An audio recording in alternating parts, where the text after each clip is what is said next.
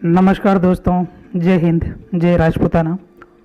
आज हम बताने जा रहे हैं रणधवल राजपूत समाज के एक ऐसे इतिहासकार के बारे में जिसके लिखे हुए इतिहास को भारत के बड़े बड़े इतिहासकार सही मानते थे, जिन्होंने अपनी पूरी ज़िंदगी अपनी समाज और अपने लोगों की पहचान के लिए जी।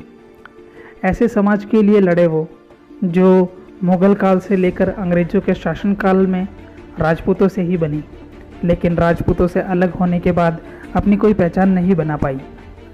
पर उन्होंने इसके लिए भारी संघर्ष किया और कई हद तक सफल भी रहे। पर एक मुकाम पर पहुंचने के बाद भी उन्हें राजनीति और षड्यंत्रों ने पूरी तरह से कामयाब होने नहीं दिया। उन्हें असफल बनाने वाले वही लोग थे जिनके लिए उन्होंने संघर्ष किया। हम बात कर रहे हैं उस महापुरुष की जो जाते जाते इस समाज को एक मार्ग दे गया, अपनी पहचान और अपना इतिहास दे गया, जिससे ये जाति अपने उन्नत भविष्य की राह बना सके, जिनका नाम है श्री रमेश चंद्र गुणार्थी। रमेश चंद्र जी का जन्म अजमेर के एक छोटे से गांव सावर के रणधवल राजपूत परिवार में हुआ। उनके पिताजी का नाम श्री रामचंद्र चौहान और माँ का नाम जड़ाऊबाई था। गुणार्थी जी ने सावर में ही अपनी पढ़ाई पूरी की। उसके बाद में वो सन 1935 में अंग्रेजी के अध्यापक बने और अजमेर में ही अपनी सेवा दी। वो शुरू से ही इतिहास में रुचि रखते थे। मात्र 23 वर्ष की उम्र में उन्होंने अपनी पहली किताब जमड़ा संदेश लिखी। भारत की आज़ादी के समय सावर के ठाकुर श्री वंश प्रदीप सिंह जी और शाहपुरा नरेश उम्मेद सिंह जी से मिलकर उन्होंने रणधवल राजपूत और राजपूत समाज का इतिहास लिखने की इच्छा जताई और रणधवल वंश परिचय नाम की एक किताब लिखी। जब वो अपनी किताब रणधवल वंश परिचय लिख रहे थे, तब उन्होंने अपने एकमात्र साधन साइकिल से ही राजस्थान के साथ हरियाणा, मंदसौर, रतलाम, इंदौर और मुंबई तक उन्होंने अपना सफ़र किया।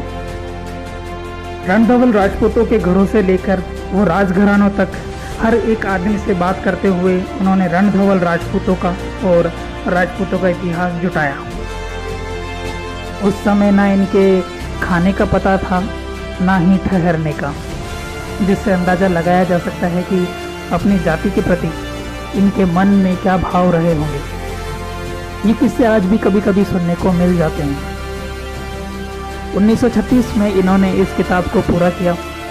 उसके बाद 25 अक्टूबर 1942 में जोधपुर आसोट की हवेली में अखिल राजस्थान राजपूत दमामी महासभा का एक सम्मेलन, जो श्रीमान राव बहादुर और डॉक्टर श्री ओंकार सिंह जी परमार के सभापतित्व में वो संपन्न हुआ। इस बड़ी सफलता में सावर के ठाकुर श्री वंश प्रदीप सिंह जी और शाहपुराधीश श्री उम्मेद सिंह जी राठौड़ का पूरा सहयोग रहा। उनका साथ राजस्थान के कई राजा महाराजाओं ने भी दिया। साथ ही राजपूत समाज के कई बड़े इतिहासकारों ने भी इस जाति को शुद्ध राजपूत माना। इसके बाद वो रूपाहेली, मेवाड़, राजस्थान के प्रसिद्ध इतिहासकार ठाकुर श्री चतुर सिंह जी राठौड़ के पास 2 महीने के लिए रहे और रणधवल राजपूतों के इतिहास का गहन अध्ययन किया। और 4 वर्षों की मेहनत के बाद सन 1946 में उन्होंने अपनी किताब राज परिजन परिचय लिखी। उस समय भारत की राजधानी कोलकाता हुआ करती थी। ये इतिहास वहीं से प्रमाणित होकर अजमेर के वैदिक यंत्रालय से प्रकाशित हुआ। राज परिजन परिचय रणधवल राजपूतों पर अब तक की सबसे बड़ी और प्रमाणित किताब मानी जाती है, जिसमें राजपूत समाज का भी पूरा इतिहास मिलता है। माना जाता है कि राजपूतों की एक सभा के दौरान ठाकुर ओंकार सिंह जी पाडलिया ने रमेश चंद्र जी को गुणार्थी की उपाधि दी। उसके बाद वो मध्य प्रदेश के जाने माने इतिहासकार डॉक्टर रघुवीर सिंह जी सीतामाऊ से मिले और उनके कहने पर उन्होंने राजस्थान में निवास करने वाली सभी जातियों पर एक किताब लिखी।